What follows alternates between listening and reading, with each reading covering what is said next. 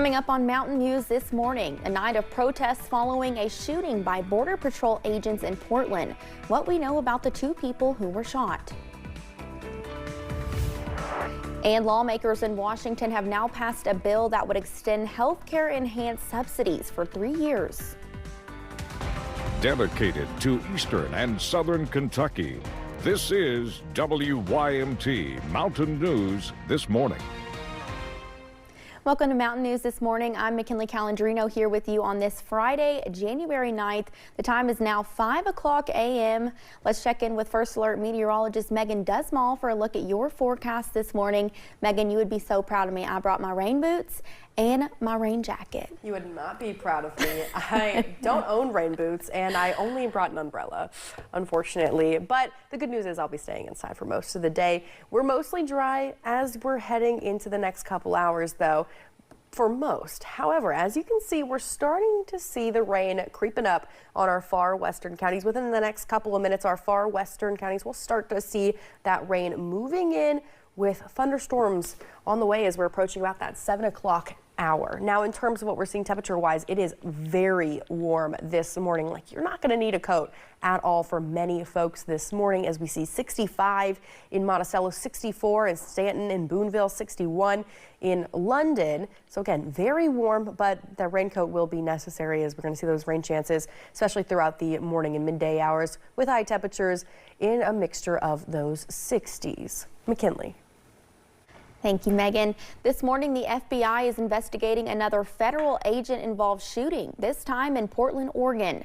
The Department of Homeland Security says 2 people were shot while attempting to flee agents. Local police and a man and woman are now being treated in a hospital for their wounds. The shooting came one day after an ICE agent shot and killed a woman in Minneapolis. CBS News' Gwen Baumgartner has more from Portland. Community members gathered for a vigil in Portland after a man and woman were shot there by federal agents. The patients were transported to local hospital, and their conditions at this time are unknown. On social media, the Department of Homeland Security said the shooting happened Thursday during a traffic stop targeting a vehicle whose driver and passenger have alleged ties to a notorious Venezuelan gang. DHS says the driver weaponized the vehicle and tried to run over agents, and that the officer who fired the gun feared for his life. The FBI's Portland office says it is, quote, investigating an assault on federal officers. We know what the federal government says happened here. There was a time when we could take them at their word. That time is long past. The city's mayor, Keith Wilson, is demanding a halt to federal immigration operations in Portland until a full and independent investigation is complete. Our community deserves answers. Our community deserves accountability. Protesters gathered outside of an ICE facility in Portland overnight. We must remain united in peaceful opposition to efforts to tear our community apart. State and local officials are urging community members to stay calm, especially in the wake of the fatal shooting of a woman in Minneapolis earlier this week by an ICE agent. Gwen Baumgartner, CBS News, Portland. Last week, President Trump said he was pulling National Guard troops from Portland, Los Angeles, and Chicago after a federal court ruled against him. But earlier this week, he warned on Portland, quote, "We'll go back in when the crime starts." The FBI has taken control of the investigation into the shooting of death 37-year-old Renee Good at the hands of a federal ICE agent. Minnesota state officials say they've been shut out of the ongoing probe in Minneapolis. The Trump administration is doubling down on rhetoric that Good intended to hit the ICE agent with her car. The incident is sparking protest and calls to action nationwide. People are still waking up and kind of like responding to the horror of what happened yesterday. It feels very, very difficult that we will get a fair outcome. Minnesota Governor Tim Walz declared today a day of unity for Renee Good, calling on everyone to observe a moment of silence at 10 a.m. to honor her memory. It was a dramatic day in Texas court yesterday as a teacher recounted what she saw during the shooting rampage at Robb Elementary School in 2022. Amy Marin described running to get her phone to call 911 after seeing a vehicle crash and then seeing the driver emerge with a gun. Family members in court cried as they listened to the call she made, pleading for help. It was part of the trial former Uvalde School District officer Adrian Gonzalez. Back here in Kentucky, human remains were discovered on a private property in Warren County. The sheriff's office says the remains were found in the 7200 block of Richardsville Road. We understand private property has been cornered off with police tape. Police say the remains will be sent off for analysis. Lawmakers in Washington have now passed a bill that would extend health care enhanced subsidies for 3 years. They had expired at the end of last year. A total of 17 Republicans joined Democrats in passing the measure. The House vote was mostly symbolic, but gets members on record. The measure is not expected to advance in the Senate. Governor Andy Beshear hosted a Team Kentucky update from Frankfort.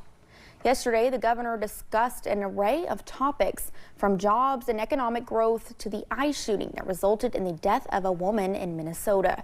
First Lady Brittany Beshear also talked at the podium. She discussed efforts to curb human trafficking in Kentucky, as well as efforts to support those who have been victims of human trafficking. This upcoming May, the Commonwealth will work with the National Coalition for the Prevention of Human Sex Trafficking to launch a statewide anti-trafficking awareness campaign ahead of the Kentucky Derby. Sadly, we know that large celebrations and events can be a hotspot for human trafficking. If you see a case of human trafficking happening, you can call 911 or dial 1-888-373-7888. Republican state lawmaker Jimmy Higdon filed a bill which would support Kentucky's Grow Your Own teacher recruitment strategy. Senate Bill 22 would expand dual credit opportunities for high school students enrolled in registered teacher apprenticeship programs. A news release says it would allow eligible high school apprentices to earn up to 20 dual credit courses required for admission to teacher education programs, starting with the 2027-2028 school year. A bill filed in the State House aims to expand access to feminine hygiene products in Kentucky schools. Democratic Representative Matthew Lehman of Newport filed House Bill 40 this week. If passed, it would require public and charter schools with grades 4 through 12 to provide free, age-appropriate feminine hygiene products at no cost to the student. Schools also must provide guidance regarding safe and healthy use of these products. In Tennessee, new statewide test results show how Tennessee students are performing post-pandemic, and there are signs of improvement. According to the state's 2025 TCAP results, about 41% of students across Tennessee either met or exceeded expectations in ELA. This is up from previous years, showing steady gains after years of learning disruption during the pandemic. Educators say that improvement did not happen overnight. Governor Lee's administration has really put an emphasis on it. And, but it goes down to the educators and the school districts and everything getting into really going back to phonics base. Bowman says having kids attend summer school has made a difference. He also adds while the progress is encouraging, there is still a lot of work to do. Thanks for getting your day started with us here on Mountain News this morning. Coming up, a couple is changing lives one wig at a time. That's up next in The Good Side. And we're tracking rain and thunderstorms for your morning.